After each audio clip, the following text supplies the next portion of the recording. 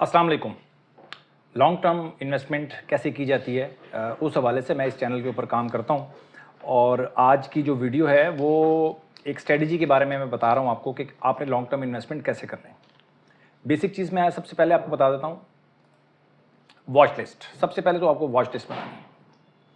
Watch list का मतलब ये है कि आप अपनी एक लिस्ट बनाते हैं कि किन किन स्टॉक्स में आप इन्वेस्टमेंट करना चाहते हैं। अभी सिर्फ आपने लिस्ट बनानी है, ठीक है। अभी आप इन्वेस्टमेंट नहीं कर रहे, सिर्फ जब आपको अपॉर्चुनिटी नज़र आएगी तभी आपने उसमें इन्वेस्टमेंट करनी है। जब टाइम आएगा तभी आपने उसके ऊपर इन्वेस्टमेंट करनी है। तो सबसे पहले आप जाएंगे dps.psx.com.pk पे, ठीक है। ये आपको स्क्रीन पे नज़र आ रहा होगा, dps.psx.com.pk। ये पाकिस्तान स्टॉक एक्सचेंज की वेबसाइट है ऑफिशियली। इसके ऊपर आप जाएंगे तो यहाँ पर टुडे समरी, एक यहाँ पर एक वॉच लिस्ट का आ रहा होगा, एक आइकन। वॉच लिस्ट पे क्लिक करेंगे। वॉच लिस्ट पे क्लिक किया, उसके बाद आपने यहाँ पर देख लें कि यहाँ पे जहाँ पे मेरा कर्सर है इंडिसेस आ रहा होगा। बड़ा सिंपल सा तरीका है, KMI 30, आप 30 स्टॉक्स ये उठा लें। और इसमें KMI 30 के स्टॉक्स हैं, ये देखें, ये नीचे ये नीचे सारे स्टॉक्स आ जाएंगे KMI 30 के, इनको आप नोट कर लें। इसके बाद आप उठा लेंगे इसके अंदर से DIV 20, PSX DIV 20, इसको आप क्लिक करेंगे तो ये DIV 20 के स्टॉक्स आ जाएंगे। इन दोनों को मर्ज करेंगे तो 35-40 स्टॉक्स आ जाएंगे आपके पास, ठीक है जी। 35-40 ये हो गए स्टॉक्स आपके पास, इनको आप नोट कर लें अपने पास। अच्छा, उसके बाद मैंने कुछ स्टॉक्स निकाले हैं जो ब्लू चिप्स आइटम है, जिनमें वॉल्यूम कम होते हैं लेकिन स्टॉक्स बहुत अच्छे हैं, हैवी स्टॉक्स हैं, प्राइस इनकी अच्छी है, फाइनेंशियल्स इनके अच्छे हैं, ठीक है। ये भी आप नोट कर लें। लो वॉल्यूम होता है, जैसे Pakistan services limited, Indus motor, Colgate services, Pakistan tobacco, Abbott laboratories, lucky core industries, Exide Pakistan, packages, थल, हाईनून, मरी ब्रूरी, हेलियन पाकिस्तान, अलगाजी, हिनोपाक। और जो बिल्कुल लो से भी, बिल्कुल उससे भी लो, बहुत कम वॉल्यूम होता है, उनमें यूनिलीवर है, रफान मेज़ है, नेस्ले है, होस्ट Pakistan, smile industries, Bata Pakistan, Siemens, Sapphire, Pakistan services, JDW sugar, supernet technologies, Pakistan engineering, Allahabad sugar mill, Philip Morris, Mahmood textile और रिलायंस कॉटन। ये स्टॉक्स हैं। इनको आप उठा लें, ये कम से कम कोई 60-70 स्टॉक्स बन जाते हैं। इनमें से जो आपको पसंद आता है आप अपनी वॉच लिस्ट में लेकर जाएं और अपनी एक वॉच लिस्ट बना लें। अभी आपने इन्वेस्टमेंट नहीं करें, याद रखिएगा, अपनी आप इन्वेस्टमेंट नहीं करनी। इन्वेस्टमेंट करने का तरीका आगे जाके बता रहा हूँ। ये आपने बना लिया। अब फर्ज कर लें आपके पास 50 स्टॉक्स हो गए हैं, और ये बात यकीनन एक टाइम ऐसा आएगा कि जो आपने जो बनाई है, वॉच लिस्ट बनाई है, 50 के 50 स्टॉक्स में आप इन्वेस्टेड हो सकते हैं। जब मार्केट नीचे जाएगी बहुत ज़्यादा तो मौका मिल जाएगा आपको तमाम के तमाम स्टॉक्स में एंट्री लेने का। तो इसका मतलब है 2 से 3% से ज़्यादा आपका एक स्टॉक में नहीं होने चाहिए पैसे। समझ रहे हैं बात मेरी आप? 3% भी लगाते हैं तो 33-34 स्टॉक्स बनते हैं, 35 स्टॉक्स बनते हैं। तो आप 3% का हिसाब लगा लें कि आपके पास 3% से ज़्यादा अपनी इक्विटी, अपनी कैपिटल का किसी भी कंपनी में नहीं डालना। आपने इंतज़ार करना है कि कब आपका फुल कैपिटल आपका इन्वेस्ट हो जाए, ठीक है। ये हो गया हमारा वॉच लिस्ट। ये हो गया हमारा कि हमने कितना कैपिटल देना है एक कंपनी को, 3% से ज़्यादा नहीं देना आपने, ठीक है। जैसे फ़र्ज़ कर लें आपने 5 लाख रुपए डाले तो 500,000 का आप निकाल लेंगे 3%, वो बनते हैं 15,000 रुपये पर स्टॉक्स। अगली खेप में आप कह सकते हैं कि चलो यार मैं 5 लाख और डालता हूं तो मैं अब 3% और दे देता हूं तमाम स्टॉक्स को। तो इस तरह करके आप अपनी इन्वेस्टमेंट को बढ़ा सकते हैं। तरीका वही रहेगा जो मैं आपको बता रहा हूं जी। इसके बाद आपने क्या करना है, इसके बाद जाना है अपने चार्ट्स पे। चार्ट्स पे आपने जाना है। देखें, डिफरेंट फैक्ट्रीज होती हैं आपके बिजनेस की डिफरेंट फैक्ट्रीज हैं। तो मैं स्ट्रेटजीज भी जो होती है ना, इसको मैं फैक्ट्री मानता हूं पूरी। एक फैक्ट्री है जो मैं आज आपको बताने लगा हूं कि यार ये एक फैक्ट्री है, इस फैक्ट्री की प्रोडक्शन, इस फैक्ट्री का प्रॉफिट एंड लॉस, ये सारी चीजें आप देखेंगे और अगर फैक्ट्री प्रॉफिट में जा रही है तो उसको आप चलाई रखेंगे, और अगर आपको लगता है कि यार ये फैक्ट्री फिजिबल नहीं रही तो उसको आप डिलीट कर सकते हैं, ख़त्म कर सकते हैं। तो डिफरेंट फैक्ट्रीज आपकी काम करनी चाहिए, एक फैक्ट्री के ऊपर आपने रिलाई नहीं करना। एक स्ट्रेटजी मैं आपको बता रहा हूँ आज लॉन्ग टर्म इन्वेस्टमेंट के वाले से, ठीक है। अब वो स्ट्रेटजीज क्या हैं, वो स्ट्रेटजी क्या है, अब आप देखें पीएसओ को आप देख लें। अब आपने क्या करना है, सीधा सीधा सिंपल आपने करना ये है कि आपने चार्ट पे जाना है, ठीक है। चार्ट पे अगर आप चार्ट आपको देखना नहीं आता तो ये एक इशू तो है, चार्ट देखना आना चाहिए। मैं टेक्निकल एनालिसिस सीखने की बात नहीं कर रहा, सिर्फ चार्ट को लगाना, मूविंग एवरेज लगाना और आरएसआई लगाना, ये आपको पता होना चाहिए। अगर ये आपको नहीं पता तो मेरा दूसरा मैं इस चैनल की भी डिस्क्रिप्शन में मैं 4 वीडियोस डाल दूंगा। उसकी जो पहली वीडियो है वो आप देख लेंगे तो आपको चार्ट लगाना आ जाएगा, ठीक है।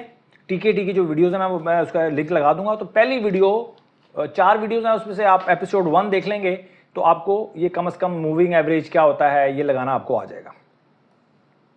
अब आपने क्या करना है, अब आप जैसे देख लें पीएसओ है, फ़र्ज़ कर लें आपकी पीएसओ आपकी उसमें है ये वॉच लिस्ट में। अब आपने क्या करना है, ये देखें, इसको आपने आवरली, ये वीकली चार्ट पे हम ले जाएंगे, वीकली। देखें स्टॉक मार्केट में अगर आपने पैसा बनाना है ना, आपको वीकली टाइम फ्रेम पे जाना पड़ेगा, ठीक है। और ये जो वीडियो है ये उन लोगों के लिए है जो स्टॉप लॉस के साथ काम नहीं करना चाहते, वो अनलिमिटेड लॉस लेके चलना चाहते हैं, ठीक है। लॉन्ग टर्म इन्वेस्टमेंट करेंगे, कोई भी एंट्री लेते हैं उस पर अनलिमिटेड लॉस करेंगे। अगर किसी वजह से हमें, जब तक हमें उसको क्या कहते हैं, स्वैप ना करना पड़ जाए, हो सकता है कि किसी वजह से हमें पीएसओ को स्वैप करना पड़ जाए, कि हमें किसी और कंपनी में पैसे की ज़रूरत है तो हम यहाँ से पैसा उठाएंगे और हम उधर ले जाएंगे। हो सकता है अगर देखें, फ़र्ज़ कर लें आप एक स्टॉक ले लिया आपने, बट वो मूव नहीं कर रहा, चल नहीं रहा, और उसकी मूवमेंट अच्छी नहीं है, बहुत अरसा हो गया आपने उसमें पैसे फंसाए हुए हैं, तो हो सकता है कि हम इसको बेच के दूसरा स्टॉक, स्वैपिंग आपको पता होनी चाहिए, स्वैपिंग करनी पड़ेगी आपको, ठीक है। स्टक हो जाना किसी एक स्टॉक में आपके लिए प्रॉब्लम पैदा कर सकता है, ठीक है। देखिए अब आप पीएसओ में आ गए, अब आप इंतज़ार करेंगे, किस चीज़ का इंतज़ार करेंगे, कि जो आरएसआई है वो 60 से नीचे जाने दें उसको। पहली बात तो ये, आरएसआई 60 से ऊपर हो और स्टॉक 200 की मूविंग एवरेज से ऊपर हो। 200 की मूविंग एवरेज से नीचे बाय नहीं करना आपने, ये बात ध्यान में रखिएगा कि 200 की मूविंग एवरेज से नीचे जब तक स्टॉक है आपने उसको बाय नहीं करना। हमारी जब भी बाइंग होगी 200 की मूविंग एवरेज से ऊपर ही होगी। 45 की मूविंग एवरेज को हम फिलहाल अपने ज़हन में इतना ज़्यादा नहीं रखेंगे, अभी हम फिलहाल 200 की मूविंग एवरेज को रखेंगे, यानी कि 200 की मूविंग एवरेज लगा के रखनी है, 45 की मूविंग एवरेज लगा के रखनी है और आरएसआई लगा के रखनी है। और आरएसआई की जो सेटिंग होगी वही 14 और 14 की हम उसकी जो लेंथ है वो 14 रखेंगे आप, सिंपल। अच्छा जी, अब आपने क्या करना है, जब अब देखें, अब ये इंतज़ार, अब देखें ये आरएसआई जो हमारी फ़र्ज़ कर लें जो थी आरएसआई, जब एक स्टॉक है वो 4 अक्टूबर 2024 को इसने क्रॉस की थी, आरएसआई 60 की आरएसआई पे गया था, और हाईएस्ट उसने जो लगाई थी 27 दिसंबर 2024, नवंबर दिसंबर 2 महीनों में उसने, और उसके बाद तकरीबन फरवरी के महीने में उसने अपनी आरएसआई को तोड़ा था। तकरीबन 6 महीने वो आरएसआई, बहुत सारे, ये तो पीएसओ तो बहुत वीक स्टॉक को मैंने भी आपको मिसाल के तौर पर लिए, बहुत ऐसे स्टॉक्स हैं जिन्होंने 2-2 साल आरएसआई 60 से नीचे नहीं आए, ठीक है। अब आपने पीएसओ को देख लें कि पीएसओ 1, 2, 3, 4, 5, 5वां वीक है, ये मुसलसल नीचे आ रहा है, ठीक है। अब ये हमारी हिट लिस्ट पे आ गया है, अब ये हमने इस पे अपने अलर्ट हो जाना है कि जब कभी भी ये स्टॉक 60 से ऊपर, 60 की आरएसआई से ऊपर जब क्लोज होगा वीकली टाइम फ्रेम पे, 200 की मूविंग एवरेज से ऊपर होना चाहिए बस, ठीक है। 200 की मूविंग एवरेज से ऊपर होना चाहिए और ये 60 की आरएसआई से ऊपर क्लोज हो, आपने इसको पहली बाइंग कर लेनी है, आपने फर्स्ट बाइंग। और वो जो बाइंग होगी आपने मिनिमम 100% पे सेल करनी है, मिनिमम।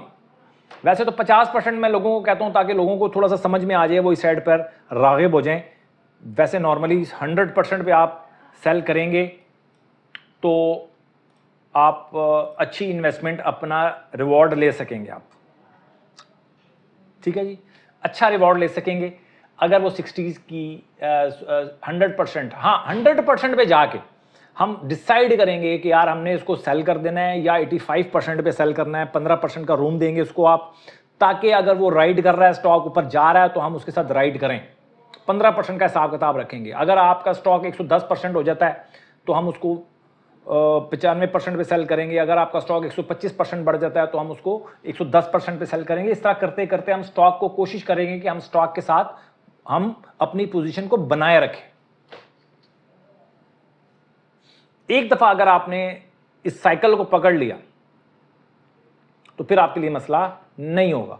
अब कुछ आगे हम इस स्ट्रेटजी को डिस्कस करते रहेंगे, इस स्ट्रेटजी को डिस्कस करते रहेंगे और आपके माइंड में जो कुछ क्वेश्चन होंगे उनका मैं जवाब देता रहूंगा, ताकि ये स्ट्रेटजी जो ऐसे टीकेटी को मैंने क्लियर किया ना, इस स्ट्रेटजी को भी हम क्लियर करेंगे कि यार कब कब हमने बाइंग करनी है, कितनी दफा बाइंग करनी है, कैसे कैसे बाइंग करनी है। तो स्टॉक टू स्टॉक हम डिस्कस करते रहेंगे और हम उसको डिस्कस करते रहेंगे ताकि आपके जहन में आने वाले क्वेश्चंस क्लियर होते चले जाएं और स्ट्रेटजी क्लियर होती चली जाए। क्योंकि देखिए जब तक स्ट्रेटजी आपके जहन में क्लियर नहीं होगी आप उसको अडॉप्ट नहीं कर सकते। बहुत दफा ऐसा होगा कि कोई स्टॉक जो है वो, जैसे फर्ज कर लें यहां पे आपने एक चीज बाय किया, ये देखें ये स्टॉक जो था तकरीबन 212 पे आपकी बाइंग बनी थी और 465 हो गया था, तो कहीं ना कहीं हमने इसको सेल कर देना था।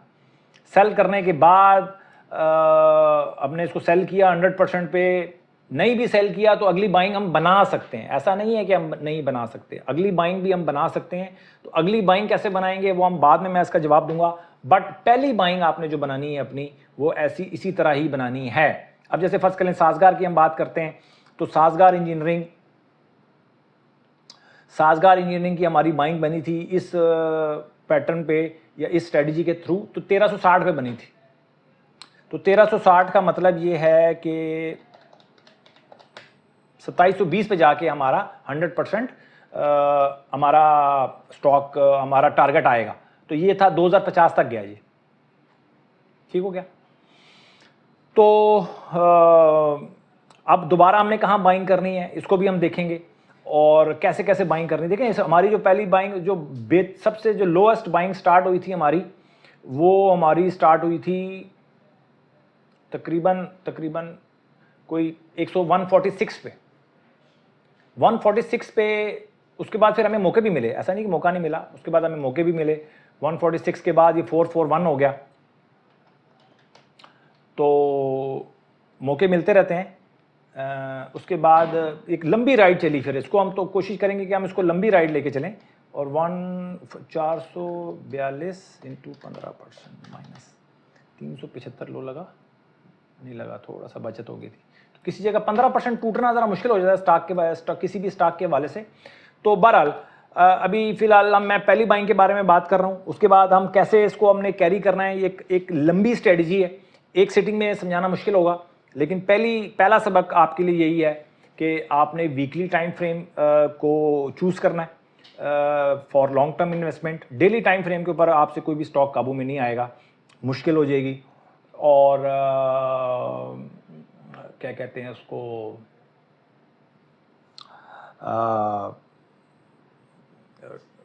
वीकली टाइम फ्रेम के ऊपर आपको एक लंबा प्रॉफिट मिलेगा, एक लंबी राइड मिलेगी, मौके भी मिलते रहेंगे। ऐसा नहीं है कि मौका नहीं मिले। अब जैसे साजगार बहुत तेज़ रहा है ना, बहुत तेज़ रहा है। तो 20 अक्टूबर 2023 को इसने क्रॉस की थी 60 की अपनी हमारी जो 87 की, खैर वो थोड़ा सा 200 की मूविंग एवरेज से हम इसमें लेट इंटर हो सके। बट अब जब वापस हमें मौका इसने दिया ना वापस, तो तकरीबन अक्टूबर से 6 महीने तकरीबन आप समझ लें कि 6 महीने, पूरा एक साल आप समझ लें, पूरा एक साल साजगार जैसे स्टॉक ने अपनी RSI 60 नहीं तोड़ी, ऊपर ही ऊपर रहा है। एक साल पूरी तेजी रही है, ठीक है। तो इन सारे सवालों का जवाब मैं आपको दूंगा। थोड़ा सा हम इसके अंदर प्राइस एक्शन को भी हम शामिल करेंगे, ठीक है। थोड़ा सा हम इसको प्राइस सेक्शन भी इसके अंदर हम शामिल करेंगे। लेकिन आपकी पहली बाइंग जो है ना वो बहुत मैटर करती है। पहली बाइंग के लिए आपको इंतज़ार करना पड़ेगा 60 की RSI तोड़े फिर दोबारा जब 60 की RSI ब्रेक करे ऊपर की साइड पे, उसके आप जो भी उसका हाई होगा, जिस कैंडल का भी हाई होगा, उस हाई के ऊपर आपने बाय करना है। ये हमारा पहला सबक था जी। इसी को, स्ट्रेटजी को हम आगे लेके चलेंगे। इसमें थोड़ा सा प्राइस एक्शन का भी तड़का लगाएंगे हम, क्योंकि प्राइस एक्शन के बगैर हम अपनी पोजीशन को बिल्ड भी करेंगे। ऐसा नहीं है कि किसी एक स्टॉक के अंदर हम 2 से 3% ही लगाएंगे, हम 3% और भी ऐड कर सकते हैं। अगर वो स्टॉक हमारा अच्छा जा रहा है, प्रॉफिट में जा रहा है और हमें मौका मिल रहा है कि हम उसकी अपनी पोजीशन को बिल्ड करें, तो पोजीशन को बिल्ड भी करेंगे हम। ऐसी बात नहीं कि पोजीशन को बिल्ड नहीं करेंगे, बिल्ड भी कर सकते हैं। 2 से 3 दफ़ा हम पोजीशन को बिल्ड भी कर सकते हैं, 10% तक भी जा सकते हैं हम किसी भी स्टॉक में। अपनी कैपिटल को हम बढ़ा सकते हैं उसके अंदर। ठीक है जी, उम्मीद है कि आपको कुछ समझ में आ गई होंगी चीज़ें। अभी जैसे साजगार नहीं आया, पाक ऑयल फील्ड की बात करूं तो पाक ऑयल फील्ड बिल्कुल हमारे काबू में आ गया है। इसमें थोड़ा सा इसने 50 रुपये डिविडेंड दिया, तो मुझे चेक करना पड़ेगा कि एडजस्टेड चार्ट देखना पड़ेगा इसका, कि पाक ऑयल फील्ड एडजस्टेड चार्ट के बारे में भी मैं आपको बताऊंगा। और लेकिन वीकली चार्ट पे इतना खास फ़र्क नहीं पड़ेगा, कोई प्रॉब्लम नहीं होगा आपको। मारी के बारे में बात करें तो मारी भी जो है वो इस वक्त वीकली चार्ट पे एक दफ़ा इसकी अलर्ट कैंडल बनी थी 795 रुपये के ऊपर, लेकिन वो 795 हाई क्रॉस नहीं हुआ था, तो हमारी बाइंग ट्रिगर नहीं हुई थी। तो अब 690 हो गया है। देखिए आप 300 रुपये आपकी बचत हो गई है इसके अंदर। तो अभी फ़िलहाल इसके अंदर भी हम वेट करेंगे। तो इस स्ट्रेटजी को लेके चलेंगे, लेकिन थोड़ा सा मुश्किल इसलिए मेरे लिए हो जाता है कि यार किसी एक स्टॉक को मैं पकड़ के चलूँ ना, फिर आपको सही समझ में आएगा। लेकिन बहरहाल साथ रहें इंशाल्लाह, तो आपको काफ़ी सारी चीज़ें इसके अंदर क्लियर हो सकती हैं। उम्मीद है ये वीडियो आपके बहुत काम आने वाली है। और नीचे कमेंट सेक्शन में क्वेश्चंस करें, इंशाल्लाह आहिस्ता आहिस्ता मैं क्वेश्चंस के जवाब दूंगा। सब्र से आपने काम लेना है, जल्दी नहीं करनी भाई। आपके एटीट्यूड से ही पता चल जाता है मुझे कि यार ये इन्वेस्टर जो है ये स्टॉक मार्केट के लिए बना है या नहीं बना, या ये बंदा लॉन्ग टर्म इन्वेस्टमेंट कर सकता है कि नहीं कर सकता। पेशेंस लाजमी चाहिए, हर किस्म का। आपके एटीट्यूड में पेशेंस चाहिए, आपके तौर तरीके में पेशेंस चाहिए, हर चीज़ के अंदर हमें पेशेंस चाहिए। हमें अपने पॉइंट्स पे ही बाइंग करनी है। हमें स्टॉक मार्केट के लेने देने से ऊपर जा रही है नीचे जा रही है हमें कोई फ़र्क नहीं पड़ता, हमारे माइंड को कोई फ़र्क नहीं पड़ता। हमें अपने पॉइंट्स हमारे पूरे हो रहे हैं, बस हमने बाइंग कर लेनी है। ठीक हो गया सर? अपना बहुत ख्याल रखें, अपने इन्वेस्टमेंट का ख्याल रखें। और कोशिश करूंगा कि ये वाली जो हमारी स्ट्रेटजी है उसको पहले क्लियर करूं, उसके बाद मैं फिर इसमें 2-3 हम स्ट्रेटजीज़ को डिस्कस करेंगे, ताकि आपकी 2 से 3 फैक्ट्रीज़ आपकी चलनी चाहिए। 2 से 3 फैक्ट्रीज़ आपकी चलनी चाहिए, ताकि अगर 3 फैक्ट्रीज़ आपकी चल रही हैं और एक अच्छा काम नहीं कर रही, तो अब वो आप एक फैक्ट्री बंद करें, 2 में ही आप अपनी सारी इन्वेस्टमेंट को लगाएं, ताकि ज़्यादा से ज़्यादा आप प्रॉफिट बना सकें। अपना बहुत ख्याल रखें, अपनी इन्वेस्टमेंट का ख्याल रखें। Thank you very much.